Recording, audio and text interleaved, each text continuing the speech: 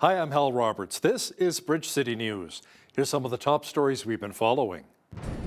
Speaking to reporters in Europe, Prime Minister Justin Trudeau explains how much more help Canada's offering Ukraine in its war with Russia.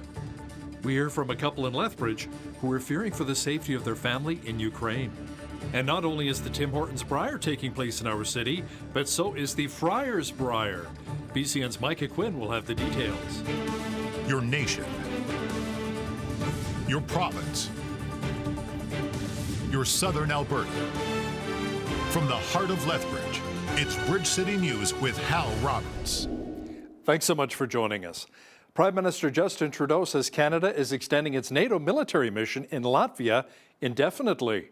The mission, called Operation Reassurance, was due to end in 2023. Trudeau says Canadian Armed Forces personnel are defending our freedom and security in the face of Russian aggression. Trudeau toured the base with leaders from Latvia, Spain, and NATO Secretary General Jens Stoltenberg.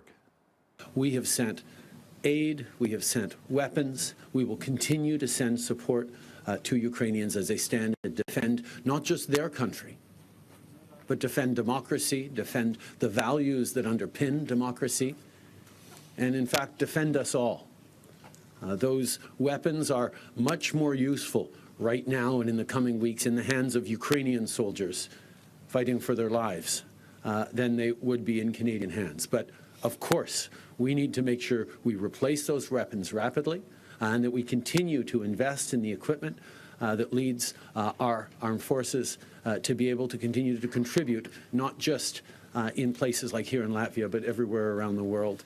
Now, there's some people who believe Prime Minister Trudeau dropped the ball when asked if Canada would increase oil and gas production in light of many nations banning Russian oil due to the invasion of Ukraine. Political reporter Brian Lilly says sadly Trudeau did not promote Alberta oil. He's not promoting Alberta's ethical oil or the oil from Saskatchewan or Manitoba or even to a smaller degree British Columbia or a larger degree Newfoundland and Labrador. No, he's not promoting it at all. This is a war that is, if it's not centered around oil, it is funded by oil and gas. It is funded by Vladimir Putin filling his coffers with European money to wage war on Ukraine. We could be doing something to help reduce that. The Europeans say they want an alternative, or as Boris Johnson called it, a substitute supply, and we're not offering that. Brian Lilly will also discuss more aid that Canada is providing Ukraine. He'll have details coming up later in our program. You may have noticed that wheat prices have shot up by more than 50% since Russia first invaded Ukraine. That's because Ukraine is one of the world's largest wheat producers, and the Russian invasion has cut off shipments of the vital crop. That is setting the stage for worsening food inflation here in Canada, with experts predicting prices for bread and pasta could skyrocket. Higher wheat costs could also impact cattle feed prices, which would then drive up both meat and dairy costs. U.S. President Joe Biden is banning all Russian oil imports, calling the move a blow to Russia's ability to fund its war with Ukraine. He admits it will bring rising gas price costs, but says the U.S. will not be part of subsidizing Vladimir Putin's war. Biden said the Americans are acting in consultation with European allies who are more dependent on Russian energy supplies. U.S. President Biden says there will never be a victory for Russian President Vladimir Putin. He says the Russian leader's military may be able to capture some regions in Ukraine, but will never be able to take over the entire country. Over the last 2 weeks, the Ukrainian people have inspired the world, and I mean that in a literal sense. They've inspired the world with their bravery, their patriotism, their defiant determination to live free. Putin's war has caused enormous suffering and needless loss of life from women, children, everyone in Ukraine. Both Ukraine and, I might add, Russians. Russia may continue to grind out its advance at a horrible price, but this much is already clear. Ukraine will never be a victory for Putin. Putin may be able to take a city, but he'll never be able to hold the country. A 4-star hotel in Romania has turned its lavish ballroom into a makeshift refugee shelter for some of the thousands crossing the borders from neighboring Ukraine each and every day. The United Nations says over 1.7 million Ukrainians have escaped their war-torn country to neighboring nations.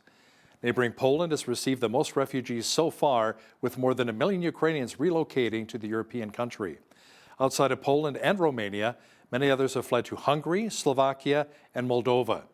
Officials at the UN say the current wave of refugee crisis in Europe is the largest since the Second World War. My husband, he is not my husband for the documents, but we live together 6 years.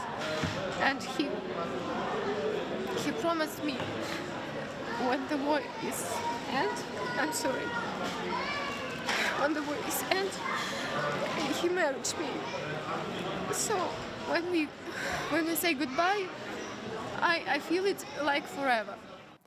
A Lethbridge couple says they fear for their family's safety as the war in Ukraine continues. Angela Stewart caught up with a pair who say their loved ones have fled and they want the Canadian government to step in to help out. If something happened, if they are just passed away, I even don't have a chance to say goodbye. Fighting back tears and emotions, knowing some of their closest family members are in the middle of a war. Fearing for their safety is the only thing on their minds for this Lethbridge couple. You can't sleep, you can't eat, you just thinking about your family. We have son, we're expecting another baby, and my biggest dream is that I just want to hug my parents. Misha and Anna Piravirsa say knowing their family is in the center of it all brings a lot of guilt. We just blame ourselves. And I don't know how, is it good or not to blame ourselves that we're here, but... Yeah, it's a blaming that we are kind of comfortable and they are not. It was on February 21st when the couple received the news from their loved ones that the war had broken out. Actually, we're expecting our mom March 1st. She's supposed to be here in Canada. We are expecting for her. And she called me... I believe that. Yeah, just maybe hour before everything started. Anna's parents remain in Ukraine, but her brother, along with his wife and 5 kids, as well as Misha's sister and nieces, have all fled. What he has now, he has a wife, 5 kids, and 2 suitcases. The couple says their family members want to get out of Europe to start a new life, but the financial impacts are making that difficult. For 7 people, just to fly here, I don't say anything else, just to fly. It's close to $10,000. The Piravir says continue to keep in contact with their family members as best as they can, but moving forward, they would like to see the Canadian government do more to help and to do it quickly. For Bridge City News, I'm Angela Stewart. A powerful story indeed. Well, it was a cool day in the Windy City, and some regions even saw light flurry activity. Jeanette Rocher is in now with an early look at the forecast. Jeanette, we could see more of the white stuff tomorrow before a warming trend arrives? Yeah, well, there is that possibility, Hal, that we could be seeing another 30% chance of flurries both this evening, overnight, and into tomorrow, Wednesday. Seeing temperatures also well above the average cold for this time of year, -17 overnight. As we wake up tomorrow, it's going to feel like -20s with the wind chill. We're going to get up to only -10 tomorrow. But after that, after Thursday, actually, is when we're going to see it warm up quite a bit more, back to the pluses and even closer to the plus double digits by the weekend. I'll have more details all about that for you coming up later on in the show. Great. Thanks so much, Jeanette. A number of Albertans are looking forward to April the 1st. That's when the Kenney government will be eliminating the provincial tax on gas, saving us about 13 cents per litre at the pumps. Premier Kenney says that will remain in effect as long as West Texas Intermediate oil remains at $90 or above U.S. per barrel. Many consumers will also be receiving a $150 rebate to offset high electricity prices. Premier Kenney says his government had to take action to offset the Trudeau Liberals' carbon tax, which is going up April the 1st. Alberta's government has been urging the Trudeau Liberals to listen to Canadians' concerns and address rising inflation. But instead, Ottawa is doing just the opposite. With their big April Fool's Day joke, yet another hike in their job-killing carbon tax on April the 1st.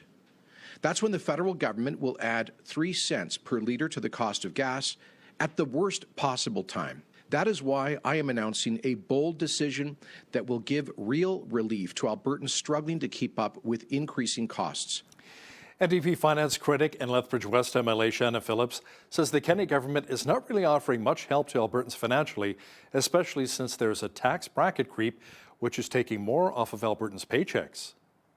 In estimates this morning, the UCP confirmed that they will continue raising our personal income taxes as our brackets do not change with inflation. So that will happen for the remainder of this fiscal plan, which is the next 3 years. And over the course of this government's life, then, this will cost Albertans an additional billion in provincial income taxes. Jason Kenney used to rage against this policy when it was the federal Liberals doing it in the 90s, but that was then. And now, bracket creep is the official policy of the UCP, and it's costing Alberta families $1 billion in additional personal income tax. Alberta street preacher Arthur Pawlowski remains in quarantine at the Calgary Remand Centre. Officials say it's due to his unvaccinated status. According to his attorney, Sarah Miller, the jail has its own set of rules and is not necessarily dictated by provincial health mandates. Miller says quarantine in the remand center has similar aspects to solitary confinement. Pawlowski was arrested on February 8th at his home in Calgary following a February 3rd public speech he made at a rally near the Coutts border crossing. He's facing criminal contempt charges, including aiding and abetting, violating the Critical Infrastructure Defence Act. On February 16th, Lethbridge Judge Aaron Olson denied Pawlowski bail. The Crown says it will not drop the charges and intends to prosecute to the full extent of the law. One of the main organizers of the Freedom Convoy, Tamara, Lynch, was released from jail on bail. She had been detained in our nation's capital since February the 17th. The president of the Justice Center for Constitutional Freedoms, John Carpe, said in a release that his group expressed relief at Judge Johnston's decision. Carpe says the February 22nd decision by Justice Bourgeois to keep Lynch in prison was highly unusual considering she had no criminal record and was not charged with a violent offense. Tuesday is International Women's Day. The day celebrates the economic, cultural, and political achievements of women. Cindy Bester, the CEO of the Lethbridge Chamber of Commerce, says 50% of the working force in Alberta is female, but there's still work to be done to help women in the workplace. If we look dollar to dollar, it wouldn't be 50-50. That's where some of that, where we need to pull up our socks a little bit more and break that bias and get more female leaders speaking and showcasing that we're here, we're going to stay, and that we create impact in our economy. Now, the Alberta government says they're in the process of negotiating a plan that will see licensed daycare fees drop by an average of 50% to Alberta families, which they say will help women continue to participate in their jobs and careers. Lethbridge College engineering technology grads are a hot commodity right now as there's a high demand by employers looking to hire. Despite the pandemic, technology graduates will more than likely land a job in their profession after graduation day. We have data from 2017 that supports that all of our graduates get jobs after graduation, and that position, as far as we are concerned, hasn't changed. We get far more job positions coming across our desks than we have graduates able to fill the positions. Say that the positions were still there, they just weren't being filled during the pandemic, and now that the pandemic is essentially over with, we have all these employers looking to scoop up the graduates. There's a real need for engineering technologists and science technologists throughout the province. We see them all the time mingled with us and doing all kinds of essential work. It's important to note that even during downtimes like COVID, the employment situation for technologists is usually full. What strikes me as being problematic is that a lot of us don't recognize that as Alberta comes back and continues to grow, don't forget that we were growing rapidly before COVID. Well, it's one of the biggest sporting events during curling season, but hosting an event like the Tim Hortons Brier definitely comes with a hefty price tag. The city of Lethbridge was able to put up $1 million to bring the Brier to our city, which is ongoing. But as Trevor Lewington of Economic Development Lethbridge explains, there's a lot more that goes into it than just hosting the event. The first of all is the cost of hosting the games. So they hire local contractors, they pay fees to the venue, local, food service companies. But then there's also the knock-on effects of having that many, several thousand competitors and visitors here in the city. They're all spending money on hotel rooms and they're going to restaurants. And so the last time the Brier was hosted pre-pandemic was in Brandon, Manitoba. And when they looked at the total economic impact of the event, it was just shy of $7.4 million. So, if we round that up and say this event's probably going to be close to $8 million, that 8-to-1 ratio is a pretty good immediate impact. Now, when the city makes that money back, Lewington says a large portion of it will likely end up being allocated towards the hospitality industry. Well, the Tim Hortons Brier continued at the NMAX Centre here in Lethbridge. Fans are here from across the country to celebrate and enjoy some of the best curling that Canada has to offer. As BCN's Nathan Ryder explains, we even have a team competing from Nunavut. The Tim Hortons Brier entered draw 10 of the event this morning at the NMAX Centre. Results saw Team Manitoba defeat Nova Scotia 7-4, Quebec defeated Nunavut 9-4, Northern Ontario defeated the Northwest Territories 8-3, and Wildcard 3 defeated BC 9-4. Team Nunavut skip Peter Mackey says the room for error is razor thin. It's a huge experience. For us in curling in Iqaluit, inches, it's forgivable. You miss by an inch, there's nothing to worry about. Here, we throw a rock and you miss by an inch, the other team's not missing, and you see the difference. The Brier sees curling enthusiasts from across Canada make their way to Lethbridge. It provides an opportunity to watch all 4 games live in person and experience the atmosphere rather than watching the event at home. It's beautiful. I mean, it's nice being at home, sitting comfortably, and you know you can see better and focused on the one game. But that's all you see is the one game. Where here, you see it all. Brier is back in person after having no spectators in 2021. Sharon Fuchs is a curling fanatic from Regina, Saskatchewan, who made her way to Lethbridge to attend the Brier. She says she is enjoying her time here. Enjoyed the Brier. The people are really friendly here. We've gone to some fantastic restaurants around here. Just having a great time. For Bridge City News, I'm Nathan Ryder. The 2022 Friars Brier highlights the best curlers that are also men of the cloth. This year, the event is taking place in our city at the Lethbridge Curling Club. Video journalist Micah Quinn has the details on the teams and why the occasion is so important for those in our Christian community.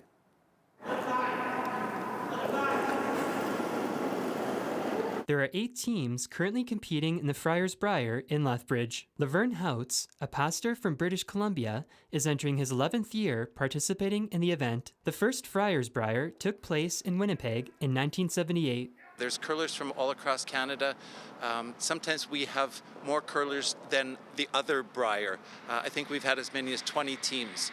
So there's lots of participation, and there's the camaraderie of getting together every year. Houts says the rules of curling are simple enough to master. There's the various concentric circles on the ice, and the team that has the closest rock to what's called the button, the smallest circle, they will score a point for that. Or if they've got the 2 closest rocks, they'll score 2 points, or 3 or 4. The game is consisted of kind of draws and takeouts. So a draw is kind of a soft weight that gets you into the house, into those rings, and a takeout eliminates a rock from the rings. And you just have to do one or the other to use your strategy to accomplish getting your rock closest to the button. Chris Schwans made the trip up to Lethbridge from Wisconsin. He says curling is all about etiquette and having fun. And that is another thing that's kept bringing me back to this too, is just the relationships, how welcoming everybody has been up here. They know me by name, even though they only get to see me 5 days out of the year. It's not until next year that we get back together. But I noticed that coming here to Lethbridge too this time. Just Chris, hey, how's it going? So that says a lot about the event. The Friars Brier will run until March 11th, where awards will be given out to the winners. For Bridge City News, I'm Micah Quinn. Looks like they're having a lot of fun. Well, we had some light flurries in a few areas of southwestern Alberta. More snow is on the way before warmer temperatures return. A full look at the long-range weather forecast is coming up.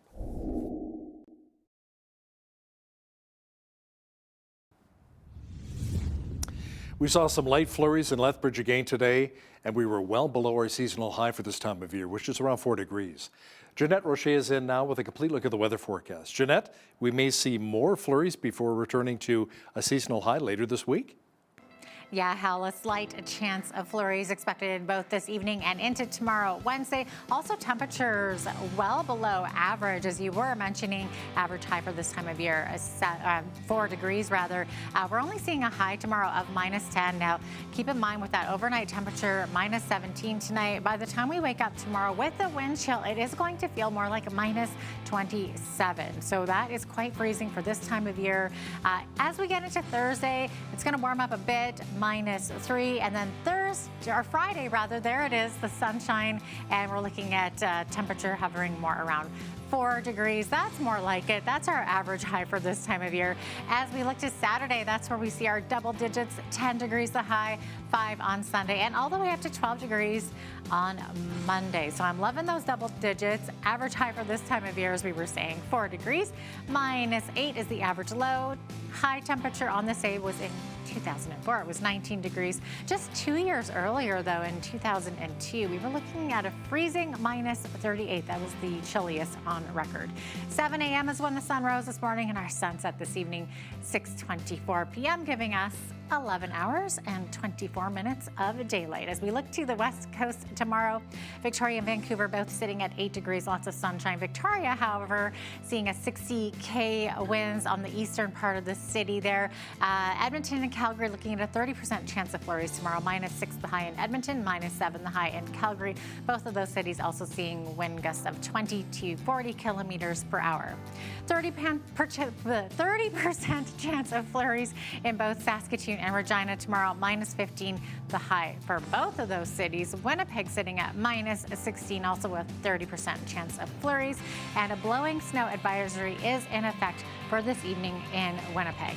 As we look to the central part of the country, Toronto's high, 5 degrees with partly cloudy skies. 2 degrees the high in Ottawa. Could see some flurries there. Montreal looking at increasing clouds throughout the afternoon, 3 degrees the high there. Looking to Atlantic Canada, sunshine in Fredericton tomorrow, 2 degrees the high. Halifax sitting at 3 tomorrow, -2 the high in Charlottetown tomorrow with sunshine. Flurries expected tomorrow in St. John's, -1 the high. Also in St. John's, we're looking at very windy conditions, 60 to 80 kilometer per hour winds, gusting up to 100 km. So it's going to be a windy one tomorrow in St. John's, Newfoundland. There you have it. That is your forecast. Canada swung back into a merchandise trade surplus in January after total imports dropped 7.4%. Stats Canada says we had a trade surplus of $2.6 billion to begin the year. That compared to a revised deficit of $1.6 billion in December. The agency says total exports fell 0.2% in January, but would have been down 2.7% if energy exports were excluded. Economists say rising energy prices will continue to boost exports with minimal direct impact expected from the sanctions against Russia. Shell has announced that it will stop buying Russian oil and natural gas. The energy giant says it will also shut down its service stations and other operations in Russia due to international pressure to sever ties over the invasion of Ukraine. Shell said in a statement that it will withdraw from all Russian hydrocarbons, including crude oil, natural gas, and liquefied natural gas, in a, quote, phased manner. Well, it's not just Canadians who are feeling the pinch at the pumps right now during the war between Ukraine and Russia. Our southern neighbors are hurting as well. The average price of gas south of the border is around $4 a gallon. That's the first time since 2008. Many Americans say the higher cost of fuel is making life a lot more difficult. It's definitely affecting everyone, definitely me personally. I mean, I drive a 4-cylinder, I'm still paying $80. I drive a couple hundred miles, I own a pool table installation company. Probably drive a couple thousand miles a month, and I mean, I'm paying just, it's not worth it. Triple what I used to pay. Well, the war is leading to just skyrocketing prices. We're seeing price increases day to day that we used to see week to week, anywhere from 6 to 11 cents per gallon per day increases. And in fact, we're up today 6 cents per gallon for the national average to 4.06 per gallon. And I feel safe to say that we are going to set a new record as far as the national average is concerned sometime this week. Farmers here on the Canadian prairies are still feeling the effects of last year's drought. Now, that's according to Lynn Jacobson, president of the Alberta Federation of Agriculture. Lynn says if producers don't see a lot of moisture this spring, it could be bad news for so many of us. There's probably 40 or 50 producers in, I guess, southern Alberta, maybe even Saskatchewan, that are really in dire straits at this point in time. And those people have been telling the Hay West coordinators that if they don't get any feed supply on that, they're going to have to liquidate their herds. Catch the full interview with Lynn Jacobson and BCN's Jeanette Rocher coming up in the second half of our program. Now, here's a look at today's markets. The TSX was down 72 points on the day to 21,232. The Dow was down 184 points to 32,632.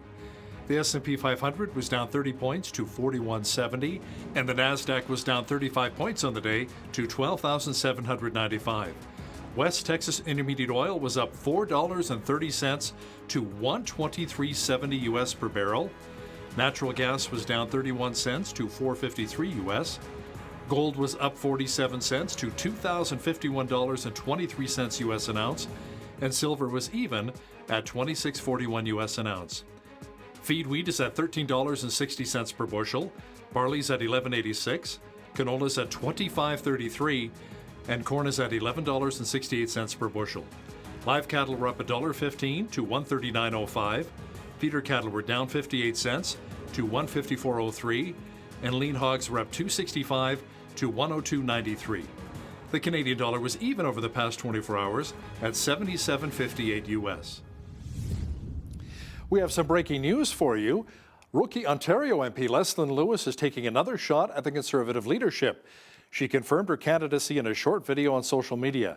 Lewis is asking supporters for help to collect 500 signatures she needs to officially enter the race.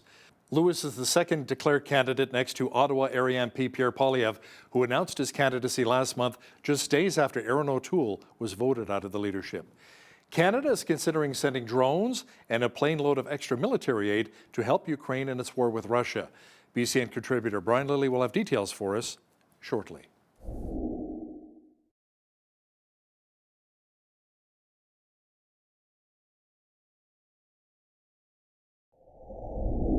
Many believe Prime Minister Justin Trudeau dropped the ball when asked if Canada would increase oil and gas production in light of many countries banning Russian oil due to Russia's invasion of Ukraine. To discuss this in more detail is political reporter and Toronto Sun columnist Brian Lilly. Brian, so what you're saying is that our Prime Minister was not necessarily promoting Alberta's ethical oil? He's not promoting Alberta's ethical oil or the oil from Saskatchewan or Manitoba or even to a smaller degree British Columbia or a larger degree Newfoundland and Labrador. No, he's not promoting it at all. And at the same time, we've got leaders in places like Latvia saying, send us what you can. We need off of Russian, for Latvia, it's primarily natural gas. But, Trudeau was asked directly about this during a news conference in London on Monday. British Prime Minister Boris Johnson said that the UK would step up production, that they would work with leaseholders to do what they can to increase production. Justin Trudeau said, we will be there for Russia, but then turned to talking about helping decarbonize economies and talking about making sure that there's more renewables in the mix. That's not a bad thing in the long term, Hal, but in the immediate term, what could Canada be doing? We could be removing barriers. Look, the price of oil is through the roof. It is in the best economic interest of the companies who hold these lease agreements for resource extraction to ramp up production if they can. But there are also things that the federal government could do to get out of the way, to make it easier and make it easier for them to ship, to export, to remove barriers, to drop the carbon tax, things like that, that would make it more lucrative, which also makes it better for us in our efforts to help Ukraine, because this is a war that is, if it's not centered around oil, it is funded by oil and gas. It is funded by Vladimir Putin filling his coffers with European money to wage war on Ukraine. We could be doing something to help reduce that. The Europeans say they want an alternative, or as Boris Johnson called it, a substitute supply, and we're not offering that. So our Prime Minister was in London, England, now he's in Latvia. Brian, what's the true purpose of this trip? There is value in world leaders getting together face to face, just like you and I getting together face to face as opposed to virtually. Politics in this sort of environment, when you're trying to get people to act maybe in ways they don't want to go harder against Putin, having a face to face meeting, as any salesperson will tell you, is far better. And at this point, we're in the sales process still of convincing world leaders what they need to do. As much as I am a harsh critic of Justin Trudeau, I will say that on this front, when it comes to sanctions against Russia and calling for more aid for Russia, he has been doing very well the past several weeks. he was, along with the United Kingdom, even before the US, one of the first at saying, we've got to isolate Russian banks through the SWIFT international transfer system. That is crippling to Russia's economy. That hurts them. It hurts their ability to transfer their funds into something that makes it viable for them to buy what they need. It makes life more difficult for the oligarchs, for the Putin regime. Canada was front and center on that. So, some people are just dismissing this as a photo op. I would say that getting together with leaders that you agree with, but also those who aren't quite there yet, can help move things forward. In Latvia, part of the reason for going there was to visit the brigade that Canada has. We are in command of the forces, the NATO forces in Latvia, and we have committed to extending that mission now. That's something that he announced on Tuesday morning while he was there with the head of NATO, the president of Latvia, the prime minister of Spain, all of these world leaders gathering. So, yeah, is there a photo op element to it? Absolutely, but there is real value in people meeting face to face. So Defense Minister Anita Nunn said Canada's seriously thinking of sending drones to help Ukraine. Now, Brian, a plane load of military aid, some of it lethal, took off from CFB Trenton bound for Poland. Now, do you think that Canada is really doing enough to help Ukraine in its war against Russia? Given how long we've let our military go by the wayside, I think we're doing what we can. Are we punching above our weight the way that we did in the First World War, the Second World War, Korea? No, because we simply don't have that capability anymore. We have sent thousands of rocket launchers. We have sent hundreds, about 100 actually, anti-tank systems, along with thousands of rounds of ammunition that go with it. We have sent rifles. We've sent hospital gear. All of that's good. Sending drones would be a nice addition to that. We are doing what we can, but this is what you end up with when you've let your military just be an afterthought for so long. The last time that we had a really significant increase in Canada's defense spending that impacted it in a way of capabilities was early in the Harper governments, in the 2006 through 2008 or 9 era. And even after that, the Harper government realized there was no benefit for them in increasing military spending, because even conservative voters weren't voting for them based on that. Liberal voters aren't interested in the military, so there's no real benefit for a politician to invest in the military until something like this comes along and reminds us the world can be a dangerous place. Freedom Convoy organizer Tamara Lynch has been freed on bail, but she's also been told to get out of Ottawa.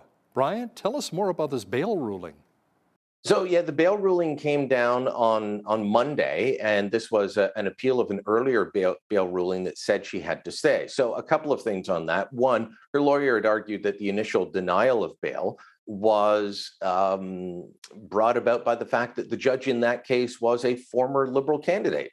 Well, the judge in this case, Justice John Johnson, he took issue with that and said, that is a dangerous argument for you to be making. You shouldn't be making that. He himself is a former candidate for the Progressive Conservative Party, the federal one, that doesn't exist anymore, back in 2000.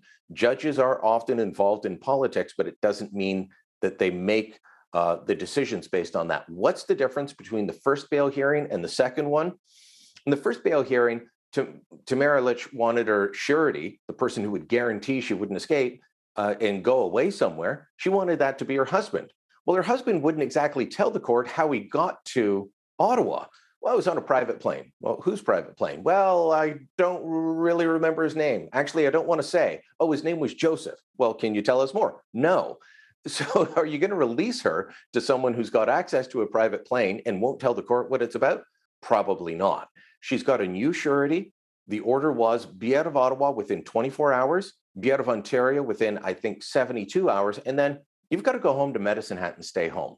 So the judge did say that the charges she's facing do not require bail. Honestly, I think if she had a different surety in the first bail hearing, she would have been released.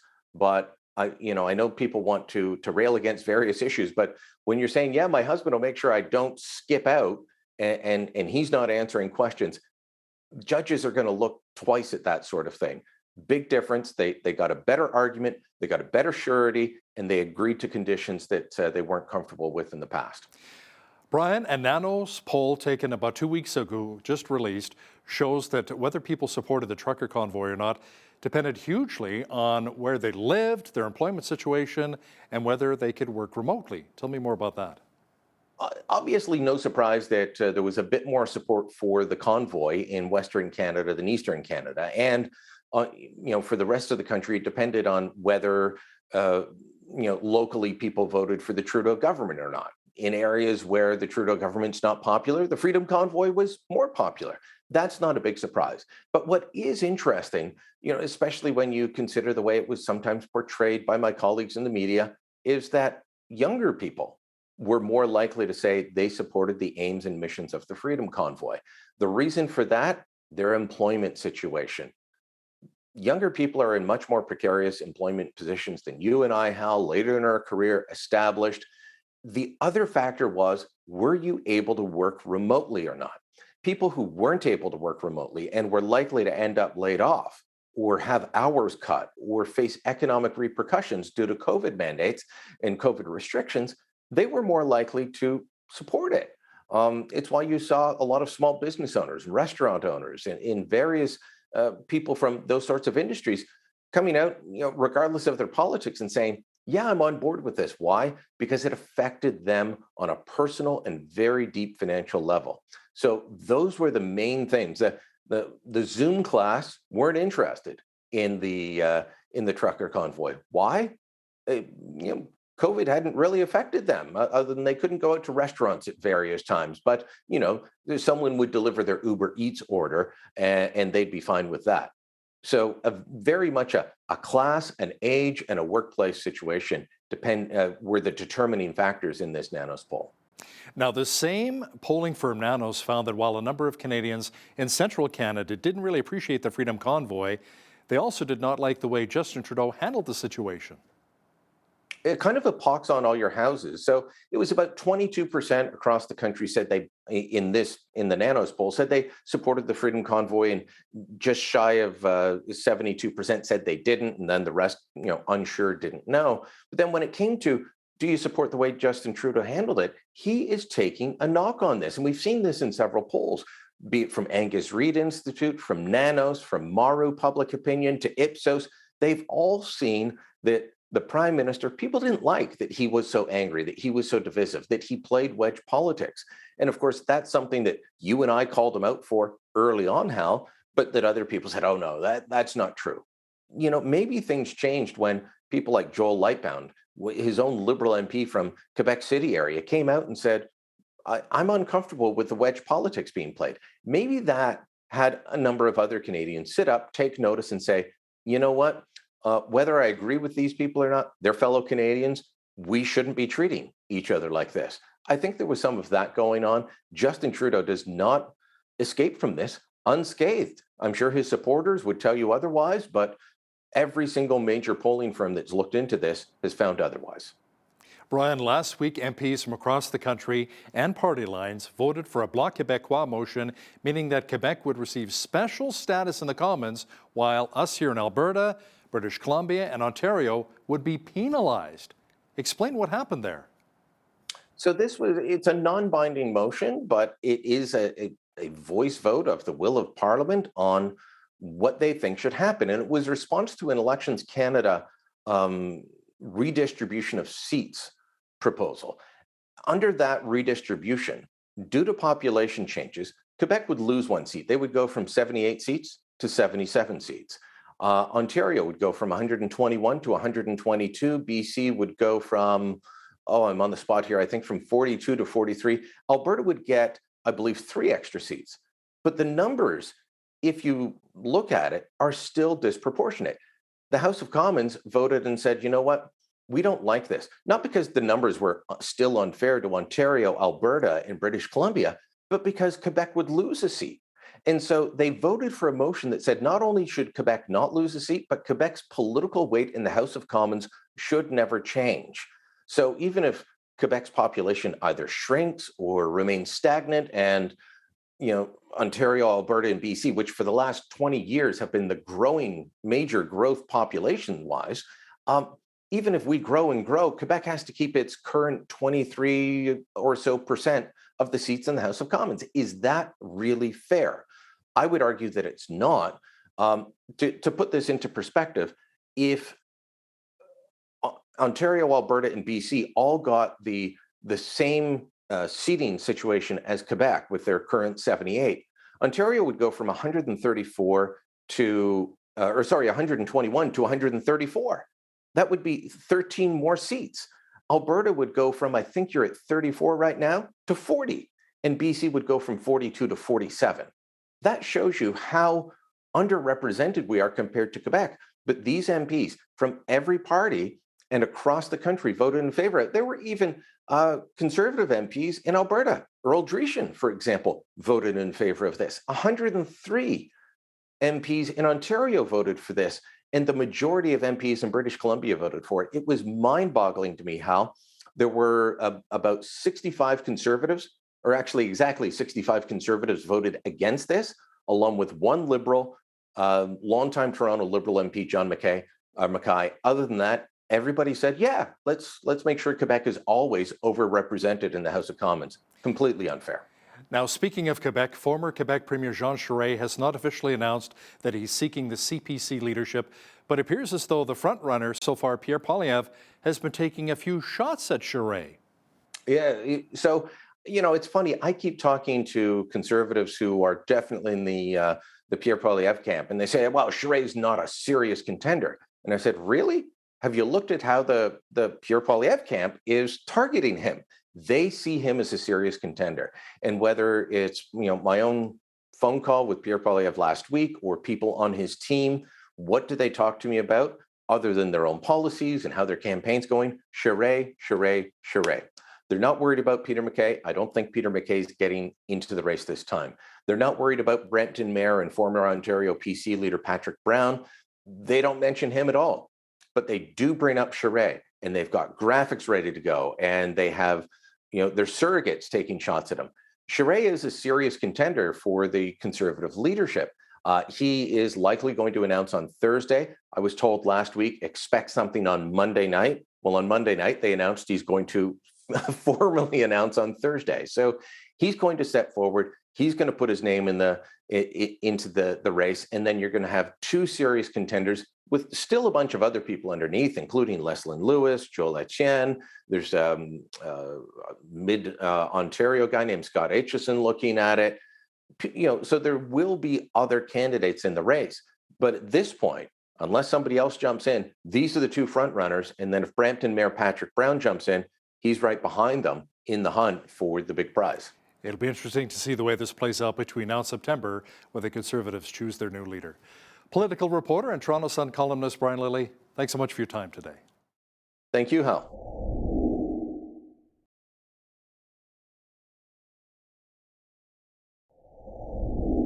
With the drought conditions that prevailed over much of Alberta last year, it was a challenging season for ag producers across our province. So how did farmers fare, and what are things looking like for them this upcoming season? Well, joining me to discuss this is Lynn Jacobson. He farms near Enchant in southern Alberta and is also president of the Alberta Federation of Agriculture. Lynn, thanks for joining me today. Welcome to the show. Yeah, good morning. How are you doing?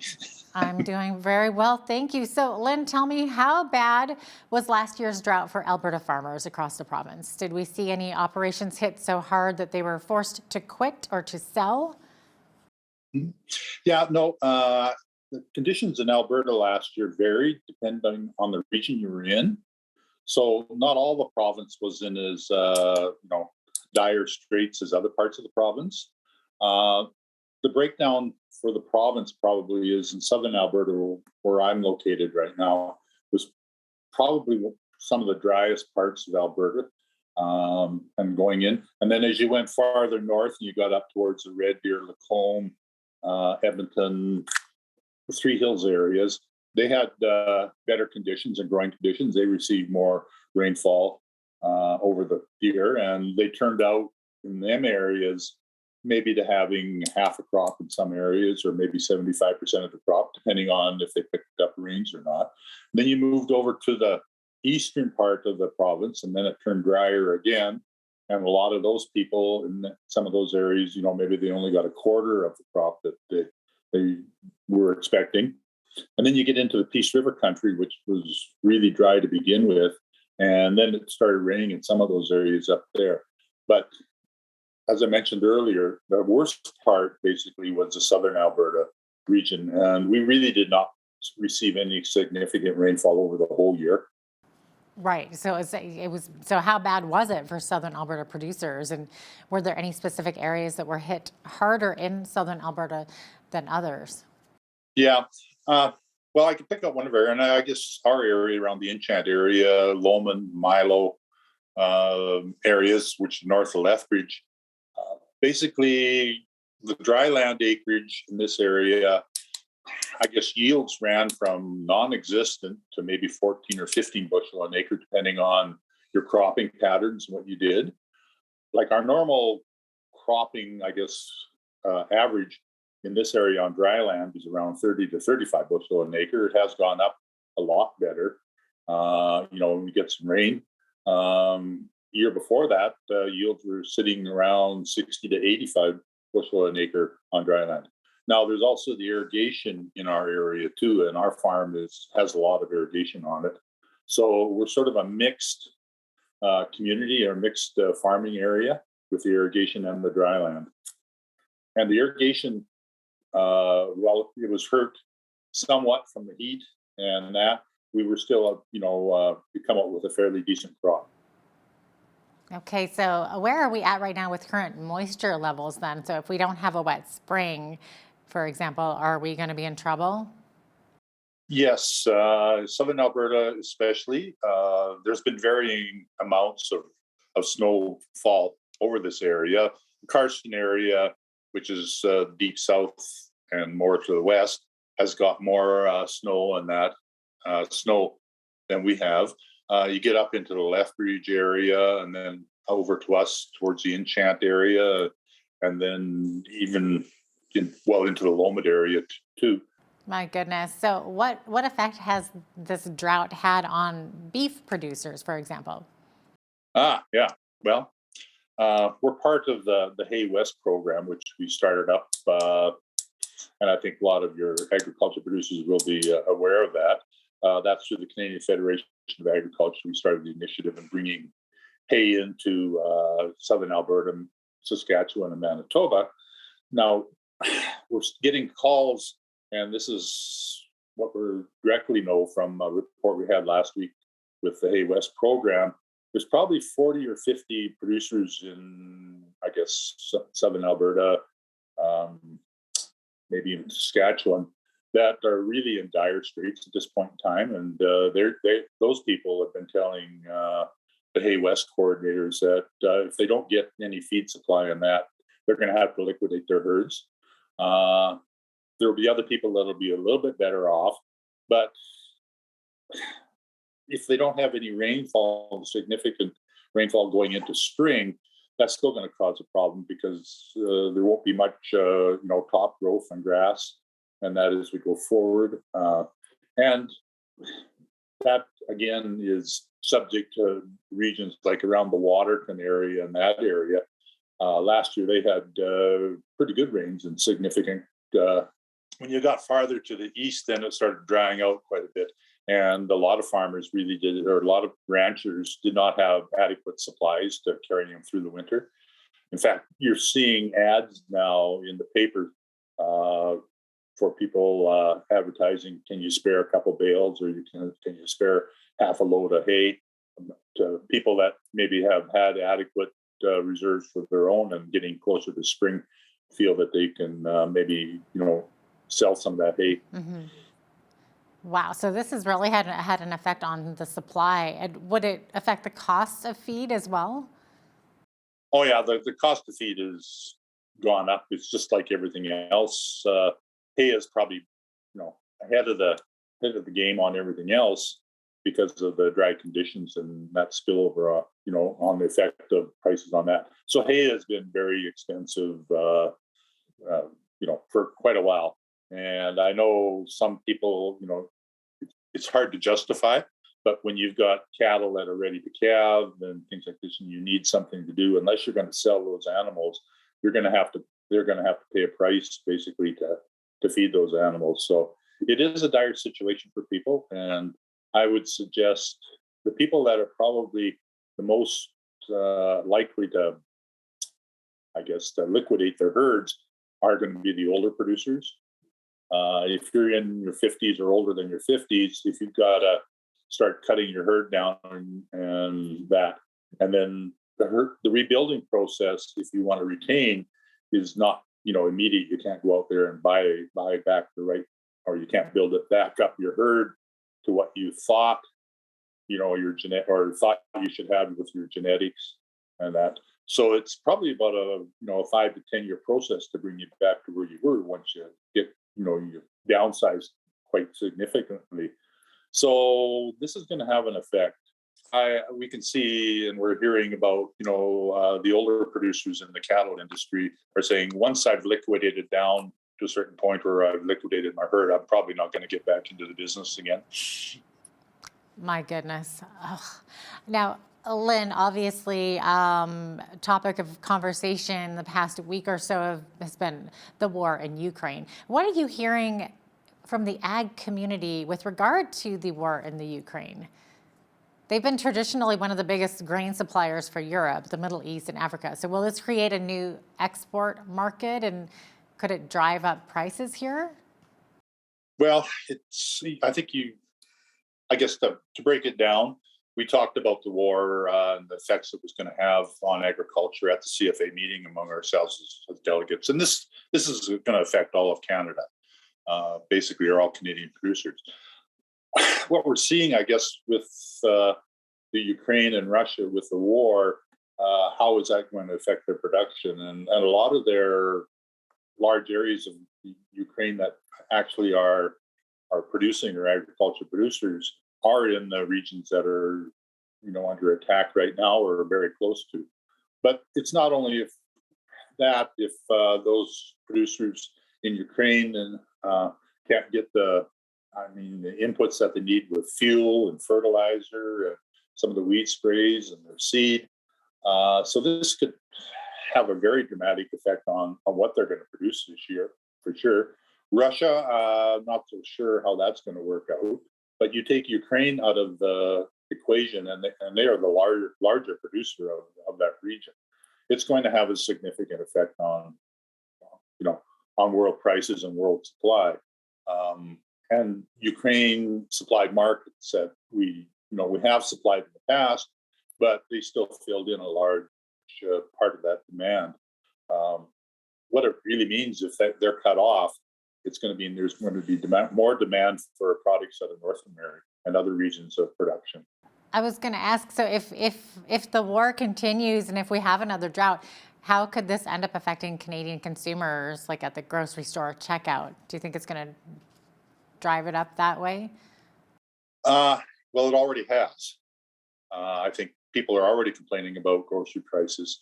And yes, it has the potential to drive it farther and prices increases even more. But there is some anomalies within that pricing system too within Canada of large profits for large corporations like Loblaws is something like up about 400% on their profitability this year. So I think there's going to be a hard look at the profitability of some of the larger corporations for suppliers of groceries and that as we go through this year. Another thing that's really starting to look and happen is people are looking at local food production and what they can do in that area already. They're talking about it. And also food waste, and maybe, there's going to be more of a demand. People are looking at, maybe not having that perfect vegetable sitting on their table. They may be looking at some blemishes on some of the product, but we have that food waste, which is 8 or 10% of the food that comes into this country already. So I think that there's going to be a hard look at that. and how that is going to be handled too. Wow. Are ag producers responding to the increased costs with carbon taxes? And now, of course, gas is going through the roof as well as oil. How are ag producers responding to all of this? Well, I guess the usual practice was last fall, and we always were buying our products, in the fall. So we lay on our supplies of fertilizer and some of the weed sprays and chemicals that we need and the other input costs that we need in the fall. I think that, there was quite a few producers have walked in or maybe have taken delivery of at least their fertilizer for the spring coming up. But there will be a certain segment of the population that was thinking, okay, we'll maybe do it just before Christmas or the end of their cropping year, what they were looking at. And I know there was some people were thinking, well, the price is too high right now. There's a chance of it maybe going down. So they held off. So if you're in that situation, you are paying way more than you would have say, if you bought your supplies before the start of the year. But one of the things too that we're sort of hearing is some of the fertilizer companies are saying, well, you may have bought your product and that, but we're not guaranteeing you delivery of your product. So that's a big worry for some people. Oh, big time. Absolutely. Lynn, it does look like we are about out of time, but I thank you so much for joining us today from Enchant in Southern Alberta. And you gave me a little geography lesson before on to where exactly Enchant is, so I appreciate that. Okay, it was nice talking to you. Thank you. Lynn Jacobson is the president of the Alberta Federation of Agriculture. I'm Jeanette Roche on behalf of all of us here at Bridge City News. Thanks for watching.